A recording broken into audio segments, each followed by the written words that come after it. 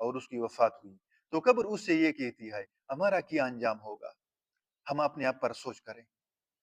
حضرت عمر ابن عبدالعزیز رحمۃ اللہ علیہ، جن کا نام یقیناً آپ نے سنا ہوگا، اور اس نے بہت انصاف کے ساتھ اپنی زندگی گزاری ہے، اپنی خلافت کی ہے۔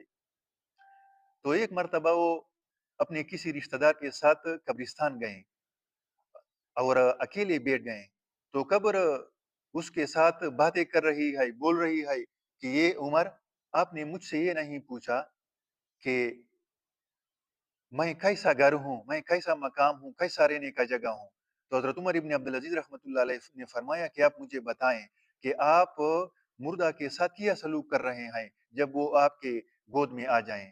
تو قبر کہتی ہے کہ اے عمر ابن عبدالعزیز، جب کوئی بندہ میرے پاس آتا ہے تو میں اس کے جوڑ جوڑ کو کھلوا دیتا ہوں، اس کے جوڑ جوڑ کو کھلوا دیتا ہوں، اور اس کے سورینوں سے اس کے رانوں کو علیحدہ کر دیتا ہوں، اور اس کے گھٹنوں سے اس کے پاؤں کو علیحدہ کر دیتا ہوں، اور اس کے مونڈوں سے اس کے بازوؤں کو علیحدہ کر دیتا ہوں، اور اس کے آنکھیں اس کے اس کے چہرے سے نکال دیتا ہوں، اور یہ اس کے چہرے پر بہہ جاتی ہیں۔ یہی حال میں قبر والوں کے ساتھ کرتا ہوں۔ تو ہم تھوڑا سوچ لیں کہ قبر کے لیے ہم نے کیا تیاری کی ہے۔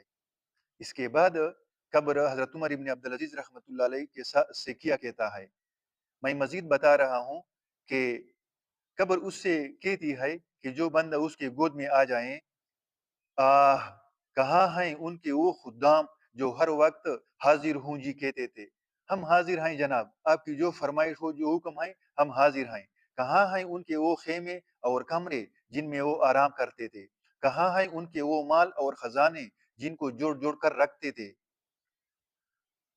ان کے خشم خدام ان کو قبر میں کھانے کے لیے کوئی توشہ نہ دیا، اس کی قبر میں کوئی بستر بھی نہ دیا، کوئی تکیہ نہ دیا، زمین ہی پر ڈال دیا، کوئی درخت پھلواری بھی نہ لگا دی۔ اب وہ اکیلے تنہا پڑے ہیں۔ یہ قبر حضرت عمر ابن عبدالعزیز رحمۃ اللہ علیہ سے مکالمہ کر رہا ہے، گفتگو کر رہا ہے۔ اندھیرے میں پڑے ہیں، ان کے لیے رات دن برابر ہیں، دوستوں سے نہیں مل سکتے، کسی کو اپنے پاس بلا نہیں سکتے۔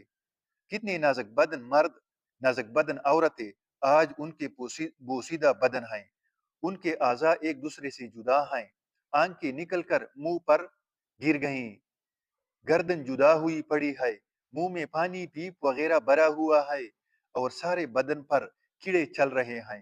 اللہ پناہ دے، وہ اس حال میں پڑے ہیں، ان کی محبوباؤں نے دوسرے نکاح کر لیے ہیں، اور وہ مزے اڑا لے رہی ہیں۔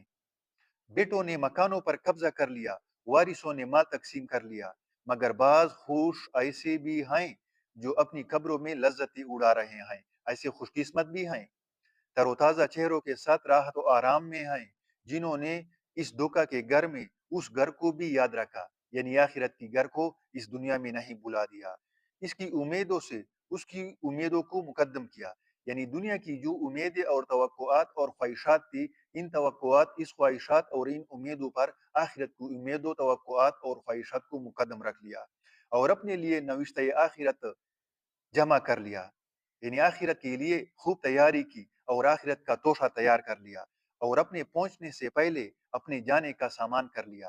اے وہ شخص جو کل کو قبر میں ضرور جائے گا، تجھے اس دنیا کے ساتھ آخر کس چیز نے دھوکہ میں ڈال رکھا ہے؟